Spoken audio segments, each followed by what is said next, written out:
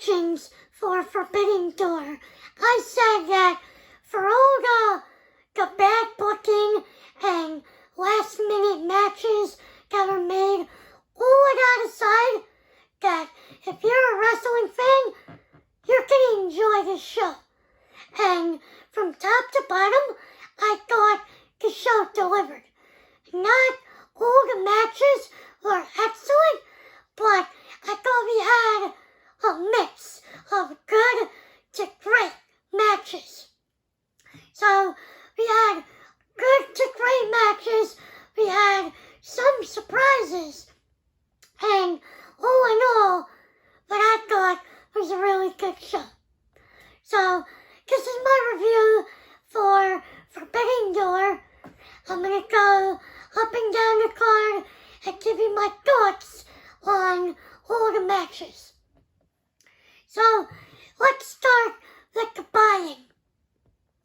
We had QT Marshall, Aaron Solo versus Yoshihashi and Hiroki Goto. So, I wasn't looking forward to this match, to be honest. I'm not a big fan of the Factory, and Hiroki Goto and Yoshihashi, I'm gonna mix up these names, are not like, on my list of people I would watch in New Japan. But this turned out to be a good match. So first we had Shibata on commentary. All night we had a mix of not even a mix. It was Justin Roberts commentating first, and then Shibata doing commentating second. And I like that.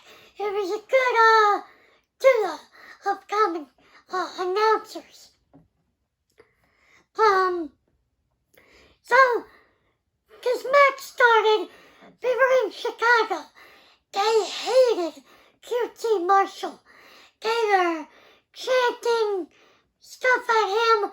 They hated him. So QT hit the QT special, then he did his handsprings and flips outside the rope.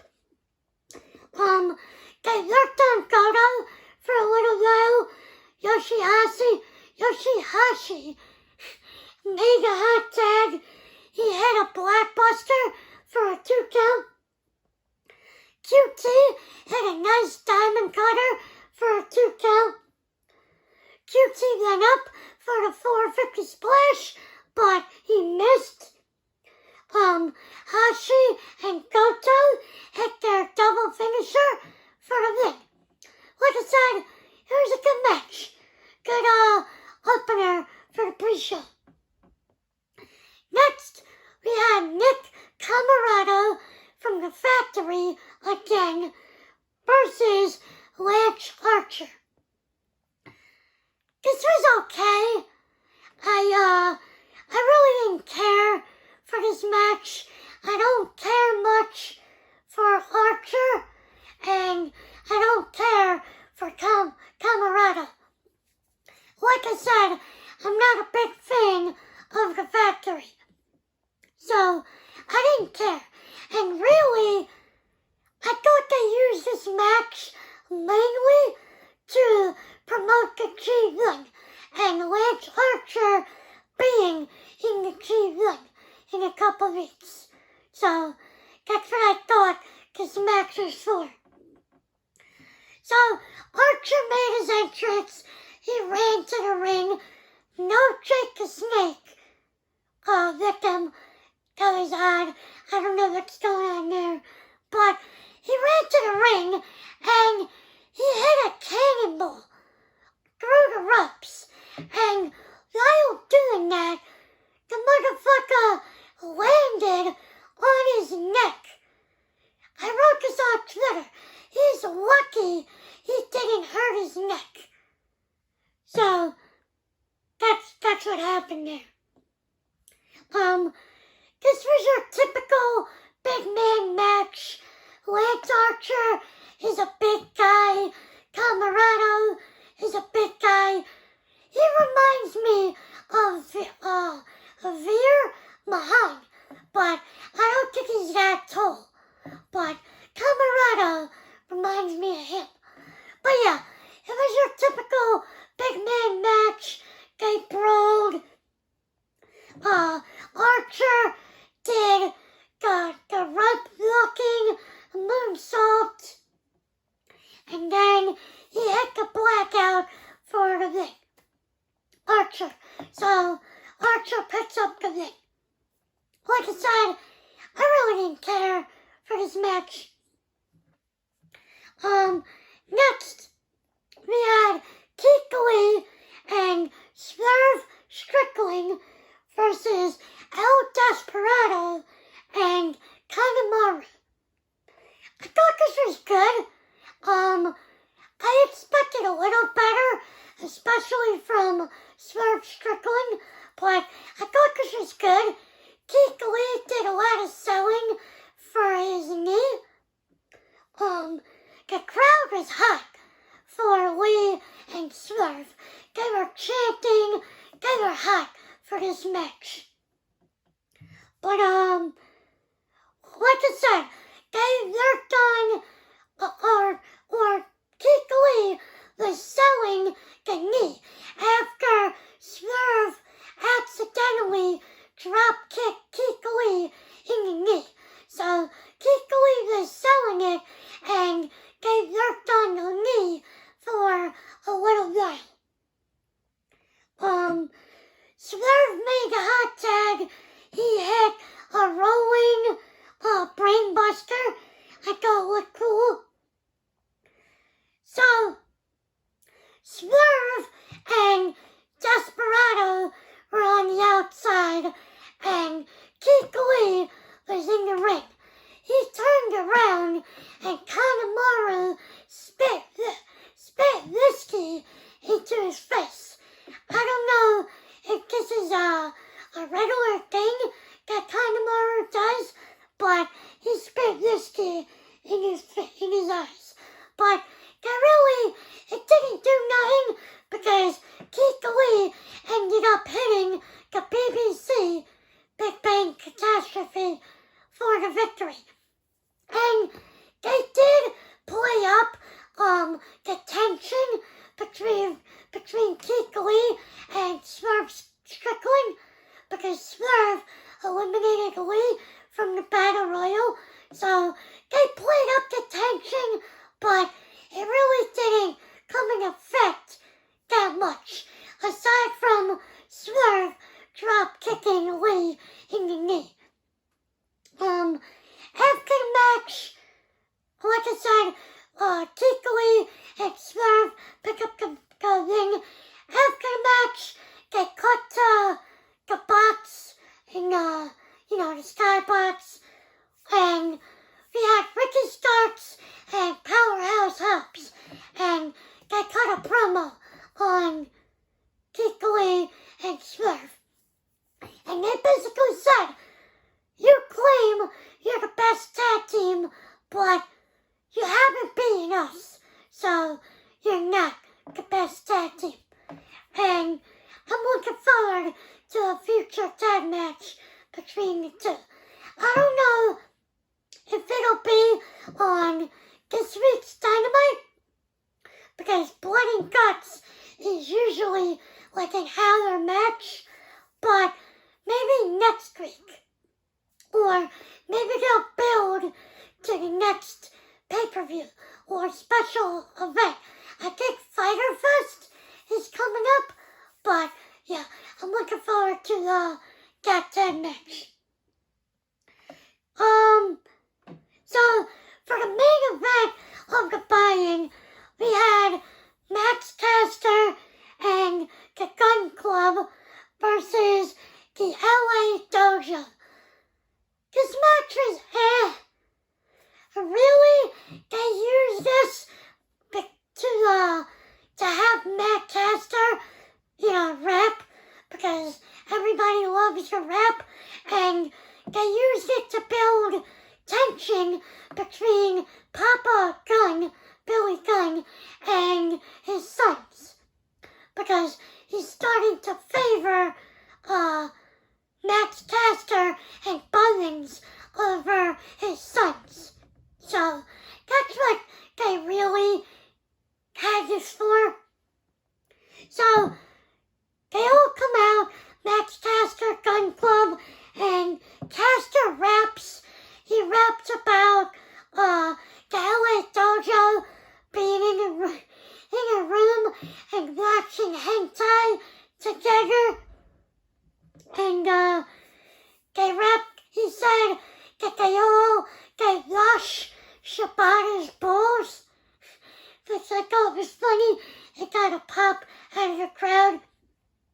So, before the bell rings, Danhausen gets on the Titantron, and he says something, I forgot what he said, and then a theme song plays. It's a custom theme for the Ass Boys. And this didn't make sense because Max Caster and Bunnings called them the Ass Boys. So why did the Gun Club get mad about the Ass Boys theme? I don't know. So they got mad, they ran to the back, and this became a 4-on-2 with the LA Dojo and Max Caster and Papa Billy. So they worked on Max Caster for a little while. They threw Billy into the steps. These guys looked okay. And from what I can remember, they had a lot of hops, meaning they did a lot of leaping moves, like leaping elbows and moonsaults, and they hopped pretty high. So they looked on Caster. Billy Gunn eventually makes the save. He cleared the ring. And I wrote this on Twitter that usually Billy Gunn hits, when he hits his signatures, he goes down with his opponent and pops back up. I noticed that he didn't go down, aside from when he hit the Famouser. But, so maybe he's having leg problems, but he still looks in tremendous shape. So, Billy Gunn clears house, hits his signatures, hits the Famouser, and Matt Caster hits the mic drop elbow for the win. So, yeah, that ends the pre-show. Overall, I thought the buying was pretty good. I thought the opening match was probably the best match out of the buying. And Keith Lee and Swerve versus the, I forgot who I thought, Desperado and Kanemaru. I thought that was pretty good too. So starting off with the main card, we had Eddie Kingston, Wheeler Yuta, and Shota Umino versus Chris Jericho, Sammy Guevara, and Minoru Suzuki. I thought this was a really good match. It was a hot opener, crowd was into it, and they explained that the winning team gets the main advantage at Blood and Guts. And then I realized that the reason why they put Jericho and Suzuki on the same team was to have the entrance sing-along. We had Judas, the crowd sang to that, and we had the crowd singing to Suzuki Suzuki's game. So that was one big sing-along.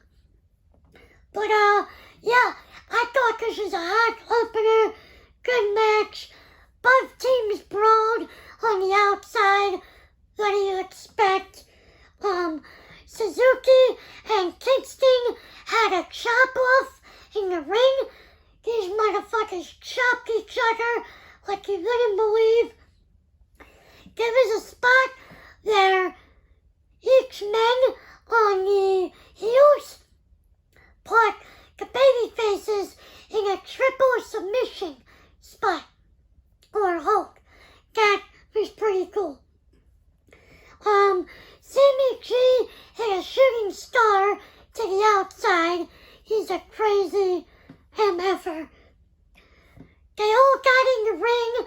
They hit finishers on each other. Umino hit a top rope power slam to Chris Jericho for a 2. Umino, I'll tell you something. Umino looked like a star in this match, and I was right in my predictions. He was the one that was on Dynamite a couple of times, and he looked good. Though he had another good showing in this match. I don't like what they did to him later, but he had a good showing in this match. So Jericho ends up hitting Judas on Umino for the win, and the heels get the man advantage in blood and guts. Shocker. There was, another thing.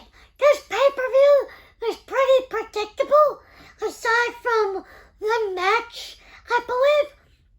But that's not to say that this was a bad pay-per-view, because it was predictable, but there was a lot of good to great matches, like I said, including this next match.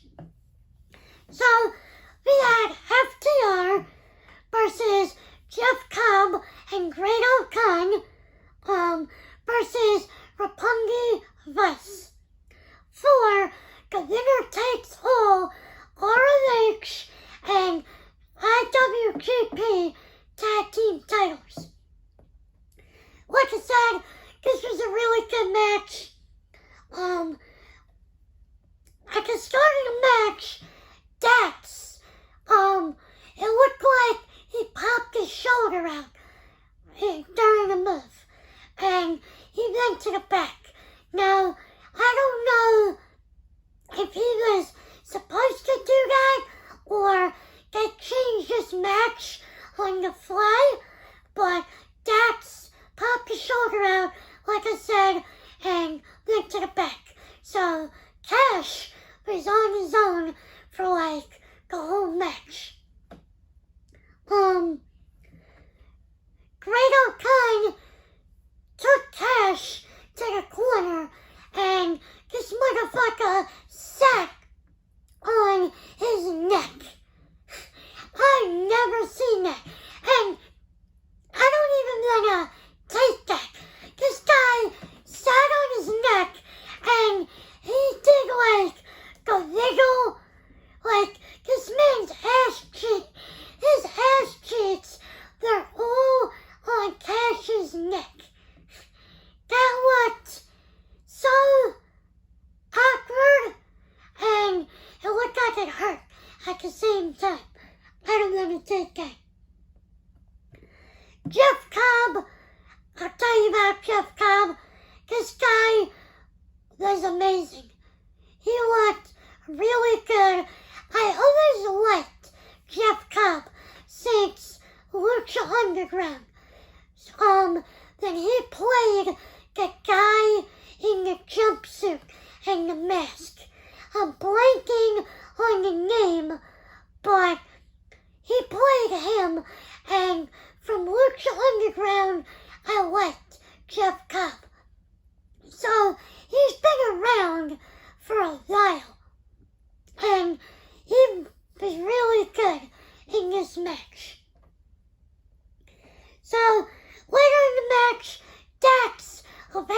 came back, his shoulder was all taped up, and he came at the right spot because him and I'm gonna say Leonard Rapungi Vice did a superplex on Jeff Cobb and then cashed it up and hit a splash for a 2 count. So Rapungi Vice hit the strong 0 for a nice 2 count, and FTR hit the big rig on Rocky Romero for the win. So FTR is your ROH and IWGP Tag Team Champions. So, okay, and they're the AAA Tag Team Champions. So FTR currently hold 3 sets of titles, and they're the best tag team in the world. But yeah, this was a really good match. I would go and see this match.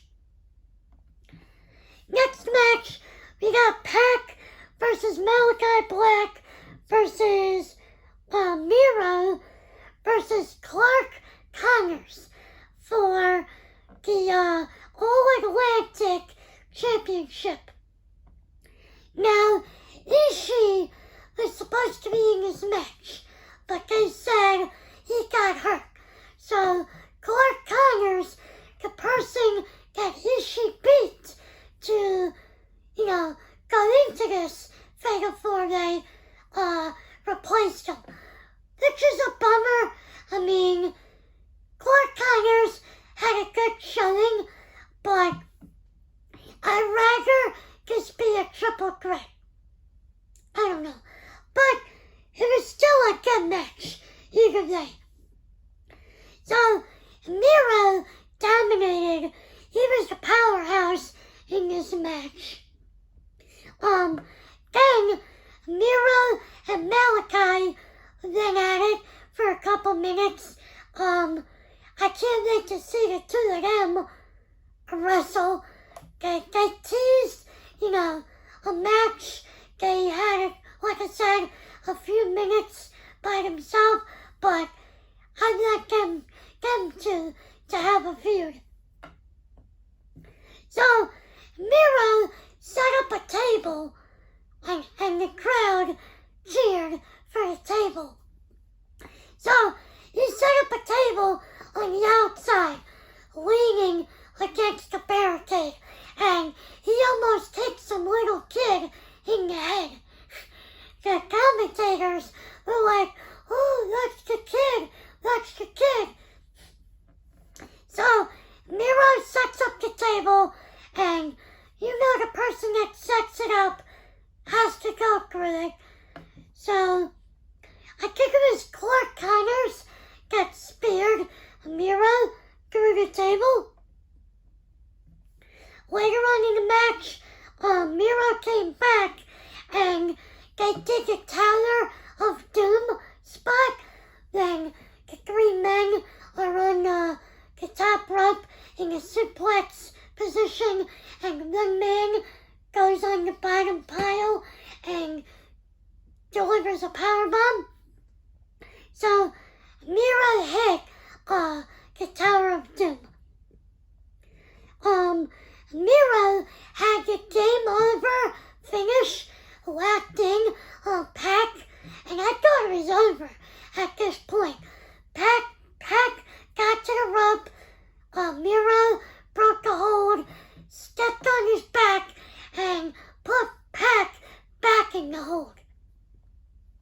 But then Malachi comes in the ring and spits the mist in Miro's face. So Miro goes out the ring. Malachi has Connors in a submission, and out of nowhere, Pac hits the Black Arrow on Malachi and Connors and picks up the win. It becomes your new All-Atlantic champion. That was surprising. I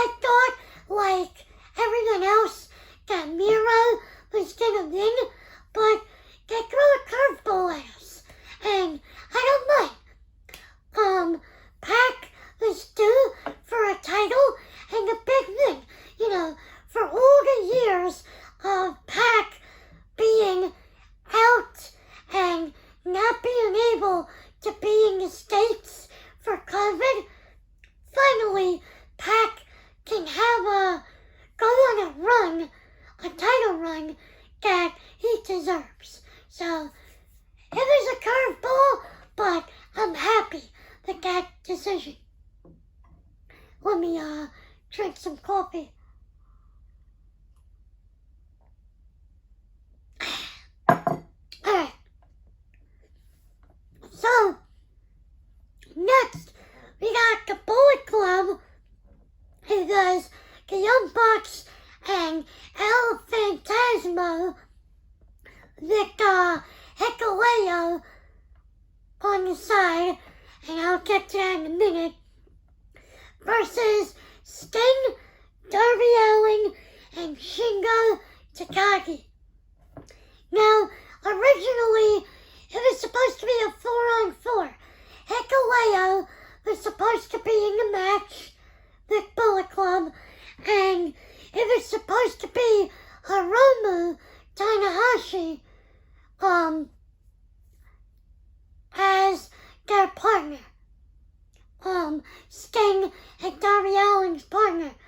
But Hiromu got injured. I think I said was he injured or he had a fever and he couldn't fly into the States, I think. So, no Hiromu and no Daryl at Forbidden Door. So, it ended up being a 3-on-3. And I thought this was a fun match. You know, if you're a fan of the Bucks and their ridiculousness, then you would like this match. If you're not, then you're gonna hate this match, and I'll explain why in a minute. But I like the Bucks, so I thought this was a fun match. Then Sting made his entrance. He didn't come out. So Darby and what's his name? Takagi, they came out and the Bucks came out and we're like, there's Sting. So the Bucks are on the ramp and the lights go out. All of a sudden, we see Sting on the Titantron. And this guy, I swear, Sting has to dive now at every show. This guy is 50 years old, and he's got to dive. So he dives off of the Titantron on the Bucks and El Phantasmo. So later in the match, this is why you're probably gonna hate this match. El Phantasmo, he does like backflips, kick up, backflip, kick up, and all of that exaggeration into a back rake on, was it Takagi? I think, yeah. So he hits a back rake, and then the Bucks get into the match, and they do a bunch of backflips and dancing. At one point, I think Nick, he did the Dude Love dance, and all of that into a back rake. So if you don't like that ridiculousness, then you're gonna hate this match. So they do all of that. Sting gets in the ring. He hits Stinger splashes on all three of them. The Bucks hit him with super kicks, Sting, but Sting no-sells it, and hits him with double Death Valley drops. The Bucks went crazy, and then Shingo hit his finish for the win. So, like I said, fun match, and the baby faces pick up the win. as I expected. We got a video package telling us that AEW will be back in Queens at the tennis field for Grand Slam in September. I went to it last year. I had a blast. And I'm hoping I could get tickets again for this year. I think they said tickets go on sale in July, late July. So I'm hoping to go to Grand Slam again this year. After we had Tony Schiavone in the back to interview Umino, Shota Umino, about his performance in his match earlier. And he gets, we see Chris Jericho and the JAS come up and tell Umino, great showing, we respect you, this, that, and all of a sudden they start attacking him. And Jericho throws a fireball in Umino's eye. So, I didn't like that. I mean, the kid just had a great match, and I get that it's going back to Jericho and red shoes in Japan because Umino is his son. And you're probably gonna go with that feud, but I don't know. I feel like the fireballs are a little too much on these shows. So I didn't like that. Next, we had probably the weakest match on the card. Not saying it was bad, but I don't know, this was an odd match because it never, hit the next gear for me. And that is, Thunder Rosa versus Toni Storm for the AEW Women's title. Like I said, good match. The crowd is split starting this match. Getting back and forth. Thunder Rosa hit the Dustin Rhodes drop down slap. And that was the story of this match, because we know that Dustin Rhodes is like a mentor to Thunder Rosa. So it was a story of this match that she was using his moves throughout the match. So Thunder Rosa hit the drop down slap. She hit a leaping stunner that I thought looked pretty cool. Toni Storm hit a German on the apron. Storm hit a brutal hip attack in the corner. We saw this, was it last week, against Britt Baker? She ran and nailed Baker in the corner. So I love that move. It's a great looking hip attack. Probably the best in the business. Thunder Rosa hit a Death Valley driver. And it looked like Toni Storm got dropped on her neck. She was like, it was obvious how, I don't know the right words to put this, but maybe not loopy Toni Storm got from this. And then Thunder Rosa hit the Thunder driver. And I don't know how, but Toni Storm barely kicked out. So Thunder Rosa picked her up and hit the final cut. Again, Dustin Rhodes' move for the Vic to retain the title. This was good. The weakest on the card, in my opinion, and it never got to the next tier. I don't know. That's how I feel. After that, we had Jim Ross come out on commentary. Oh, I didn't say this. There was a rotation in commentary all night.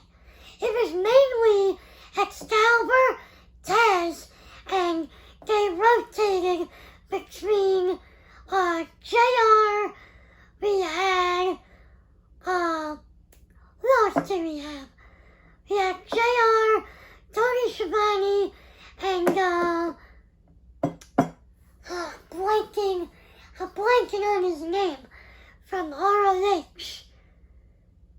Damn, but it was a rotation of, the announce team, and I liked that. It was fresh, and then Jim Ross came out for like the final 4 matches, and he came out for the 2 best matches of the night, in my opinion. Let me get a sip of coffee.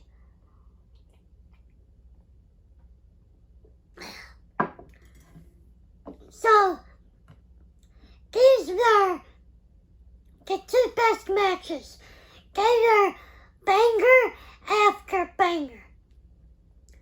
So, first, we had the IWGP United States title, Will Ospreay defending against Orange Cassidy. This was an excellent match, and I said on Twitter, Orange Cassidy said fuck you to everybody that doubted him. Because, like I said in my predictions, you may hate this gimmick, and you might not understand Orange Cassidy, but with the right opponent, he can have a great match. And that's what they did. Him and Ospreay tore down the house. So, it was fast-paced right out the gate. What do you call it? Orange Cassidy did, put his hands in his pockets, and he did his kicks, his drop kicks, his kick-ups, all of that. Will Ospreay, okay, so he threw him outside, and Orange Cassidy was up against the barricade. So, Aussie Open was outside the ring. And, Will Ospreay ran around the ring, jumped into, Aussie Open, and they, catapulted him into Cassidy. And then from there, he slowed down the match. My nose is starting to get stuffy. God damn it. Okay, so, he slowed down the match from there. Orange Cassidy, does a kick up with his hands in his pockets.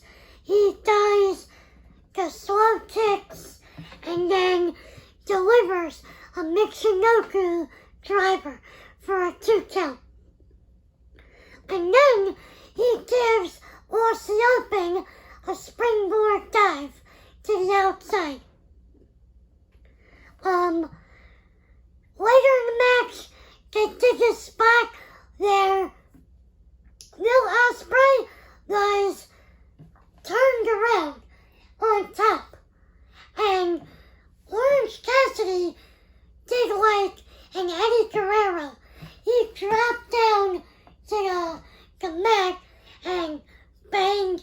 bang the mat like, he fell. So, Will Ospreay does like a spinning moonsault, lands on his feet, does another moonsault to Cassidy, but Cassidy gets the knees up. He gets the knees up and hits the beach break for 2. Will Ospreay, I'm saying a lot, I'm trying to clear my nose. Ospreay hits the Oz Cutter, 2 Oz Cutters for a near fall, a 2 count. Then he hit the hidden blade, which is the running elbow, for another 2 count. And eventually he hit the Stormbreaker for the 3. So Will Ospreay wins the match, retains his US title, and like I said, it was just an excellent match. So after the match, the rest of Aussie Open come out, they attack Orange Cassidy, Rapunzel Vice come out, but they get attacked. And then we get a surprise from Katsuyori Shibata, who he was injured for a while, and he made his return, cleared the ring, and helped Cassidy. So I guess you can look forward to the Shibata Will Ospreay match in the future. I don't know, maybe, but I thought that was pretty cool.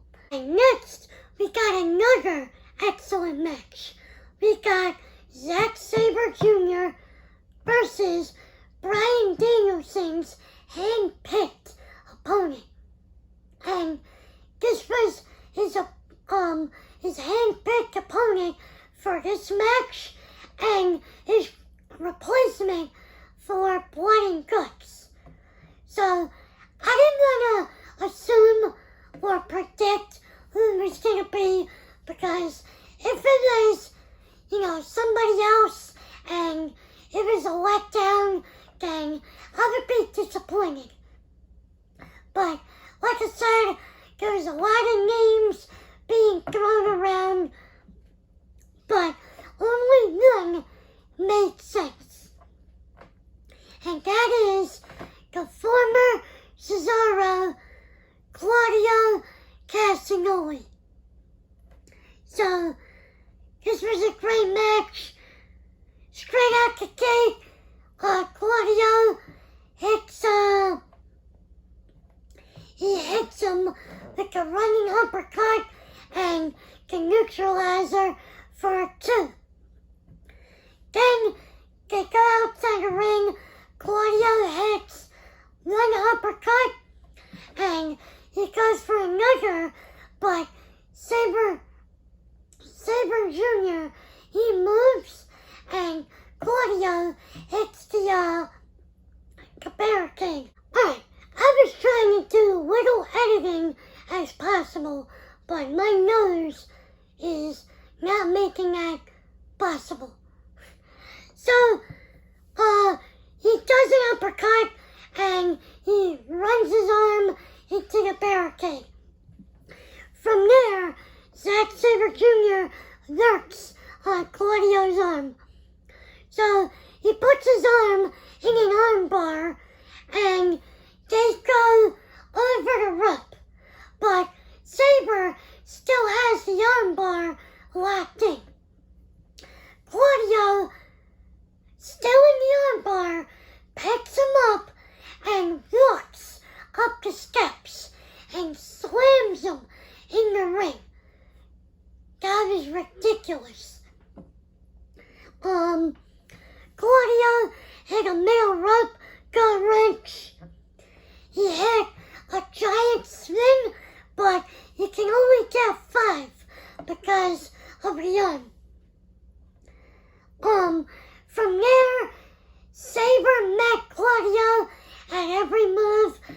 This was technical, submissions, it was great. So, for the finish of his match, Claudio hit a powerbomb. I forget what they called it. Was it the Ricochet? Ricochet? Something like that. It's a modified powerbomb. So, he hits the powerbomb for the win. Excellent match. It was between this match and the last match for Compassionate Night. God damn it, my nose. So, excellent match. Next, we got the Fatal 4-Way for the IWGP Heavyweight title. It was Jay White versus Adam Cole versus Adam Page versus Okada. This was pretty good, I thought, but like the women's match, he never got into the next tier, I think. And the finish was overwhelming, and we'll talk about that when we get to it. But I thought it was pretty good. The story of the match was Adam Cole and Jay White working together. They gave a suplex to the Hangman Page on the ramp. They worked on Okada in the ring for a while. Hangman made a comeback into the ring. This is cool. He got to the top and went for a moonsault, but Adam Cole hit him with a super kick. That looked pretty cool. Okada went to the outside and hit the flying crossbody over the barricade to the Jay White and Adam Cole, I think. Finally, after working together, we finally had Adam Cole turn on Jay White and deliver the backstabber. Hangman Page hit a moonsault to the outside on Cole and Okada. Adam Page hit the Deadeye and the buckshot for 2. He was close to. Now, here's where the weird part came in. So, we had Okada and Adam Cole going back and forth. Okada kept going for the Rainmaker, but Adam Cole kept ducking into super kicks. So then, finally, Okada hit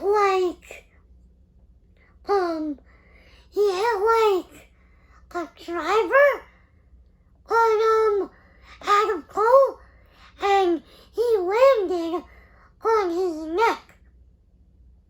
So Jay White comes in the ring. Jay White hits the Blade Runner on Okada, and this is what I think. I think he was supposed to throw Okada outside, hit Adam Cole with the Blade Runner, and pick up the win. But like I said, it looked like Okada dropped Adam Cole on his neck. I think Jay White called an audible and hit the Blade Runner on Okada, saw that Adam Cole didn't look good, and he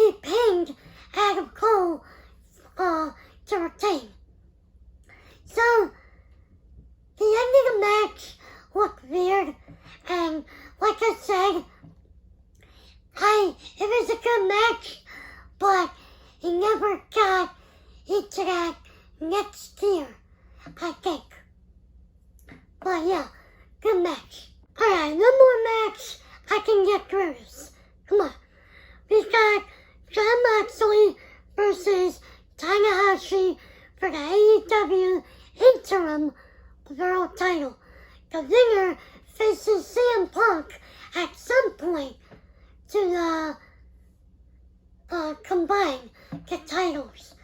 But for now, it's the interim title. And we had no doubt that Moxley was gonna win because Tanahashi already said he's entering the G1 in a couple weeks. So there was no doubt that Moxley was gonna win. But like I said before, predictable isn't bad because these guys, they went out there, had a good match. So, no CM Punk. I thought Punk would come out on commentary, but no Punk in Chicago. Whatever. So, they started the match with Mat Wrestling. Moxley hit a cutter, a nice cutter. Then up top, Moxley hit the underhook, the top rope underhook. Tanahashi hit, this is gonna be a pain to get through, a somersault senton. Okay, I got through that. He hit the somersault senton for 2. Alright. Moxley took control, went outside, put Tanahashi through a table. Tanahashi made it back in for the 10 count.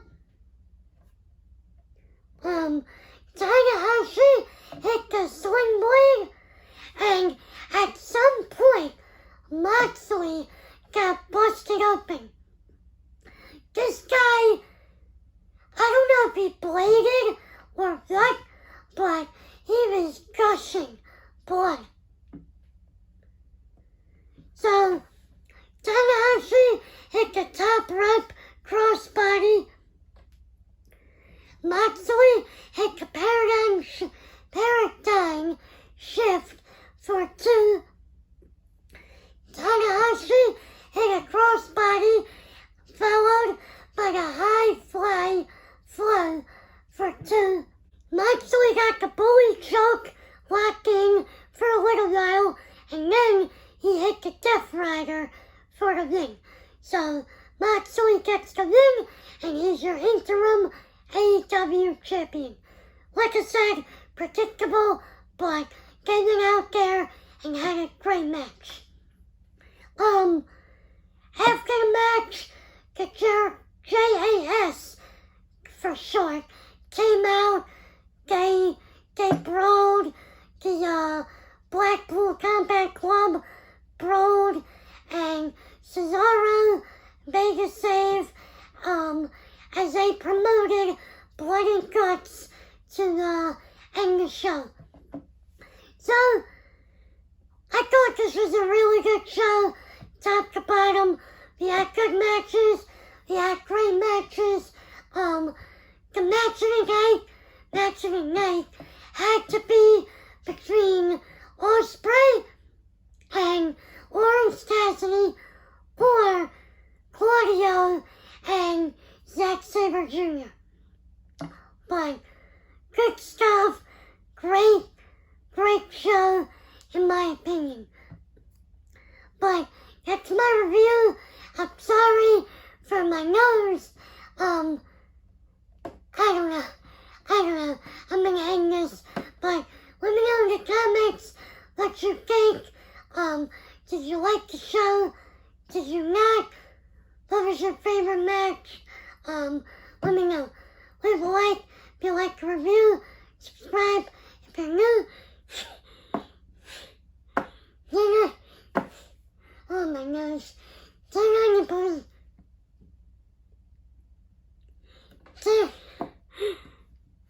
I can't say this. Turn on your post notification. You know it. Okay, guys. Peace.